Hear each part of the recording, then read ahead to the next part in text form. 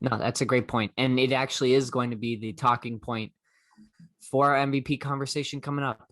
This might be one of the like deepest MVP conversations we've ever had.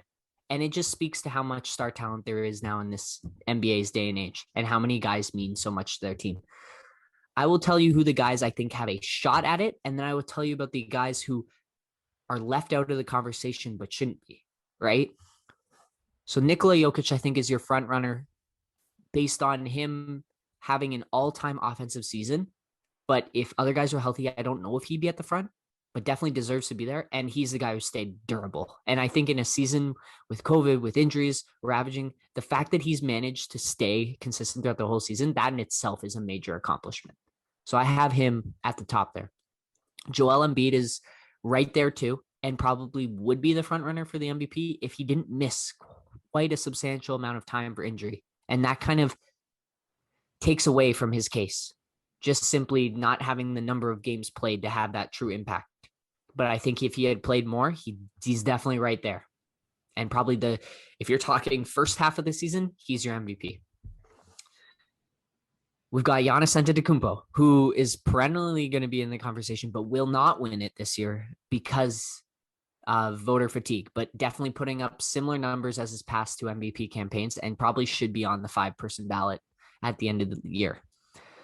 Chris Paul, not putting up the numbers, but the Phoenix Suns are, I think, 41-16. They're a game and a half back of first in the entire league, but also first in the Western Conference. And it is truly because of Chris Paul. Like, he has elevated that team so substantially. It's incredible to see. And he doesn't put up the same stats, but if you ask anyone in the league how much he means to that Suns team, it's the definition of value, right? Most valuable player. Chris Paul has to be in there somewhere. He just doesn't have the same statistical resume as his peers. And then we've got Steph Curry, who's been putting up absurd numbers. And I think partially because of what he's done over this last month has really helped inflate, and you get that recency bias where now everyone's like, Steph MVP, Steph MVP, Steph MVP. You can't be an MVP if your team is 500. I'm sorry. You can't.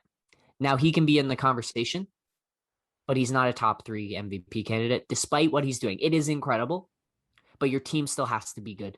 Like, I think Russell Westbrook was the MVP on an Oklahoma City Thunder team that went 46-36. And that is a record that was just like, he barely got him there. So if you're 500, you basically have no shot. No matter how special you are, you just have to have more impact on team success. And then finally, we got Damian Lillard, a guy who continually gets pushed to the side in these conversations, but I wanted to highlight him just because he is so awesome. And another guy, kind of like Chris Paul, but he actually has the stats to back it up, where he just means so much to that team and doing a lot of what Steph is doing, but his team's having a little bit more success. And so shout out to Damian Lillard, which means, so those are my 6 that I have kind of in that conversation. These are the guys that I have not talked about yet. LeBron James, and that's just because of injury. Otherwise, he would be right there. Kawhi Leonard. I think him and Paul George just take away from each other's case.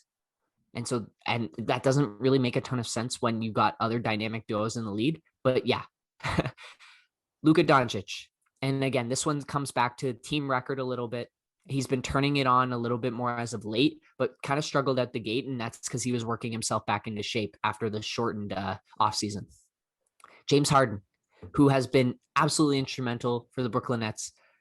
He's been injured now for a bit, which has taken away from his case. Also, the whole Houston thing, I don't think people vote for him just because of the kind of the bad taste in your mouth from what he did to that franchise, but has, like, when he was there, that when he got to Brooklyn till like he got injured, that is MVP.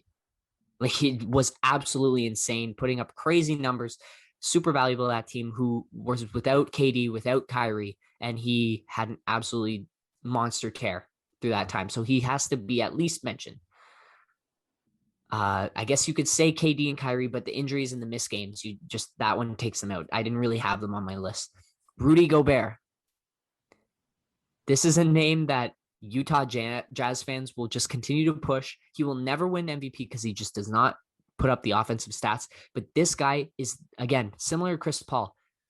You cannot talk about value without talking about Rudy Gobert. The way he dives to the rim just creates the gravity that opens up all of these great shooters around him. And then on defense, guys don't even enter, they don't even step in the painted area of the key because he is there, right?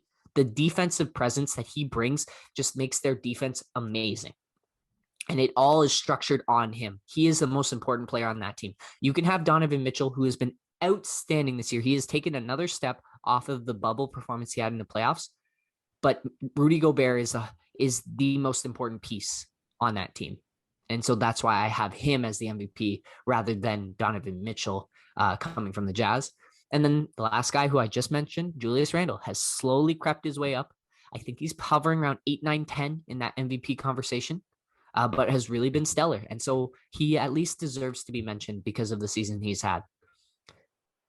So yeah, there's a lot of guys there. I think right now I'd have it ranked Jokic 1, Embiid 2, and Giannis 3. And then probably have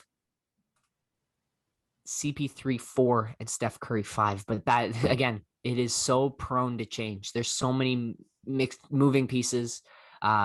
You could have LeBron James come back for the last 2 weeks of the season, put up crazy numbers, and get that recency bias that propels him at least into like the 5 or 4 spot in the MVP conversation. So still like quite a bit of the season to go. We'll see how it shakes out, but it feels right now like it's Jokic's to lose, in the eyes of the press, at least. I mean, it's clear how he could lose it too, with like one injury, missing however many games left in the regular season, and just the way you've talked about Embiid. I mean, James out a lot longer, but that seems like that would be enough to do it, and probably substantial damage to the Nuggets' playoff aspirations. Yeah, well, they're already missing Murray, which actually probably will help his case a little bit. But yeah, the Nuggets cannot afford another loss. At least with Jamal Murray, you can replace a lot of his shots and scoring with more shots for Barton, with more shots for Porter Jr., and they put up similar efficiency. But the thing you miss with Murray is that leadership. And so right now, the Nuggets will be able to sustain the regular season success, but come playoff time, right now they're locked into that 4-5 matchup with the Lakers, which will be awesome. But Murray is a big piece to miss. All right.